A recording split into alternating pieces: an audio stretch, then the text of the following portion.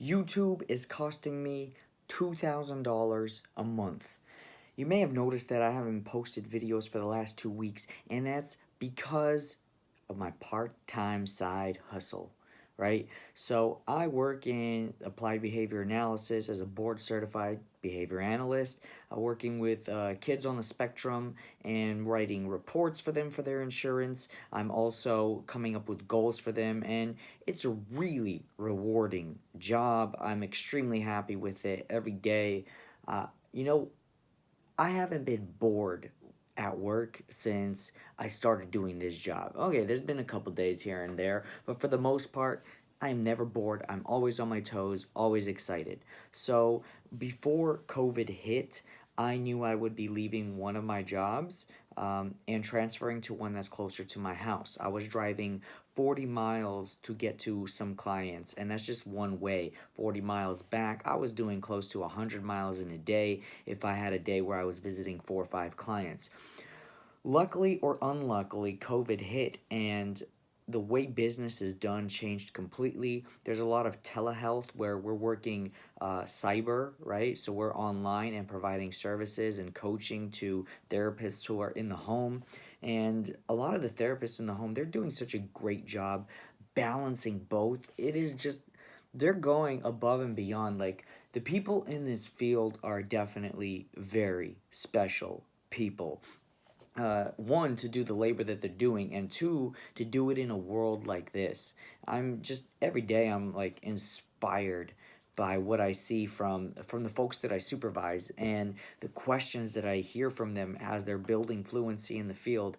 But I'm getting sidetracked. As you can tell, I'm extremely excited by the work that I do. So when COVID happened, a little bit before it in February, I was leaving my main job where I was at for 3 years. I love the people, fantastic people. Pay was fair. The pay was very fair, but it was just too far for me. I couldn't do it. And as I became board certified, I looked for an opportunity in my area. I found a great one. I'm so happy there. And in that gap, right before I started working at the job where I'm at today, I took on a part-time gig, right? Just so I could rest for a couple of months while I was onboarding for the company where I'm at now. And that was great. It was fantastic. Unfortunately, I can't time things perfectly. So even though the pay is so extraordinary, like it is amazing, right? Considering this is a part time and there's no benefits, and I am very needed, or a board certified person is very needed in these smaller companies where they really depend on one. So once they hired me, I can't just be like, okay, I'm out, I found something better. But again, like I said, the pay is great too. And you're doing a job, I'm doing a job that I really love. So what happened was I noticed that I'm working full time where I'm at now, and the part time, every minute that I had an opening, I would be at the part time doing telehealth with another client, and I couldn't sustain it.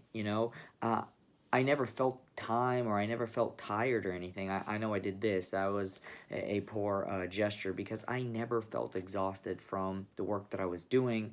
It never actually hit me. Whoa, I worked a lot. I worked 60 hours this week. I am so tired and I have 3 reports. It never hits me like that. I'm always like, yes, what's next? Oh my gosh, this client did this and they learned to ride a bike for the first time. This is amazing. And oh my gosh, they had no tantrums today. So obviously, like, I could go on and on about the joy that it brings me.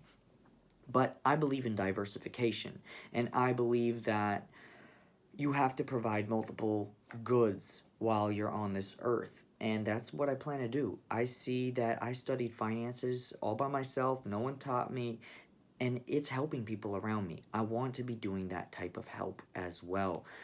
And as much as I love my work, I'm not going to give it 65 hours a week or 60. I'm going to scale back to normal full-time labor, working 30 to 40 hours a week, which means I am sacrificing approximately $2,000 by every single month. That's like four. Yeah, that's 4 Roth IRAs maxed out. So, as someone who's into finances, I know the power of $24,000 adding up over the span of 10 years, especially if it's invested. And you definitely know I made those calculations, and it's a big give up. But what I'm gonna do with this time is forget about the money. I'm gonna focus on providing the most amount of good for the least amount of work. And sometimes you need to refresh yourself. When I was working as a one on one therapist, I definitely felt the burnout much more. Even though my job was easier, meaning I'm working with one client or two clients across the weeks, but it gets redundant when you are doing the same thing every single day, no matter how much you love it. It could be boogie boarding, it could be rapping. I got my rap mic right over there. I'm not gonna show you right now because my screen would get all shaky, but it gets redundant and that kind of gets on you, right? The weekend is so important to refresh, and I've worked many, many weekends writing reports. So, what I'm doing is I am alleviating myself from $24,000 or so every year. I mean, from 15 to 25 hours of extra work and a caseload of responsibility.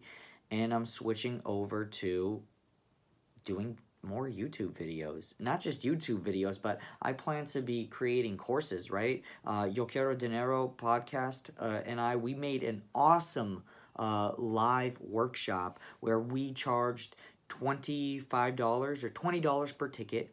We raised approximately $400, and we donated it all. And the cool thing is, I'm an investor, right? Like, I'm not just gonna have $200 and donate it. Nope, I found a way to match it. So it got matched, so that money got doubled thanks to a really big sponsor, through people that I know, and it got sent to help out with social causes around the world that I believe in.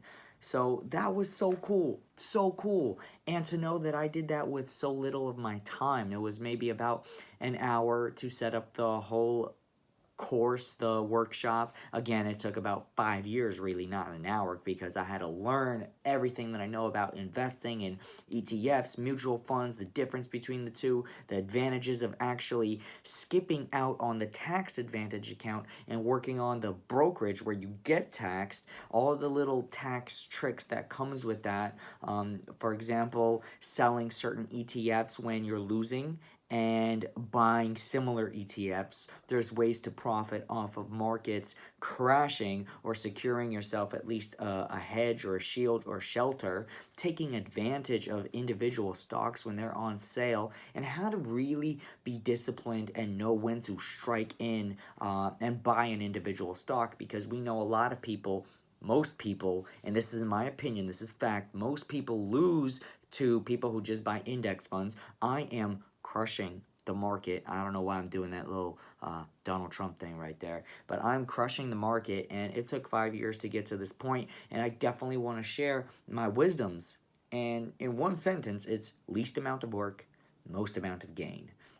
And that's not the lazy way out either. It takes a lot of work to figure out what takes the least amount of work. So with my courses that I'm going to be pushing and selling on here, by the way, wink wink, I know you guys are going to buy some, and some of you actually purchased the last workshop, and I know I got some really positive DMs about how people actually started investing, but more importantly than just starting investing, they felt confident about investing, not just one or two times, but for the next 40 years. And if sacrificing $2,000 a month and a job that I really, really like, considering I do have a full-time job, which is basically the same thing, I think that it is so worth it. So in that way, I'm picking passion over profit. And you know what? In a capitalistic system, sometimes there are pockets of where it's fair, right? We always talk about what's unfair about it, but there are pockets where it's fair, and it can be rewarding. It can be. And I feel like I'm falling into one of these pockets where I see the potential of passion turning into profit, where knowledge in something, excessive knowledge in something, can be shared with others, and they will gladly compensate you. So even if you're selling a course for, say, $500, I don't feel bad about that at all, because I know that after a course where I put all of my thoughts into it, my 5 years of research, that $500 is going to turn into at least $100,000 in profit for most people living a middle class, I don't want to say lifestyle, but living with a middle class income, because it's that lifestyle that's got to adapt, and we need to find new ways to be happy in a capitalistic system, separating spending money with joy. There are so many ways to be happy, and for example, some of them, I love going to the beach, and I love boogie boarding. I believe in those fixed costs, right? You buy it once and then you hold it forever. Shout out to Costco. By the way, I am long on Costco. I've invested about $4,000 into Costco over the years. Actually, it was all one lump sum. It wasn't over the years. And I used profits off of my Tesla stock, which skyrocketed. Yes, I missed out, but I did buy some Costco, and Costco is at an all-time high. And here's a little side note. I actually bought Costco when it was at an all-time high right before COVID. And guess what was not affected? Costco.